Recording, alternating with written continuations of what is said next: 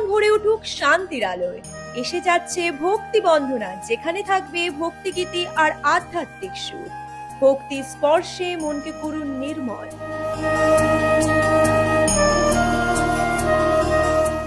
দেখুন সোম থেকে শুক্র ঠিক সন্ধ্যে ৬টায় শুধুমাত্র স্মাইলি বাংলায়। আপনারা দেখছেন স্মাইলি বাংলা, প্রতিটা মুহূর্তে আনন্দের ছোঁয়া।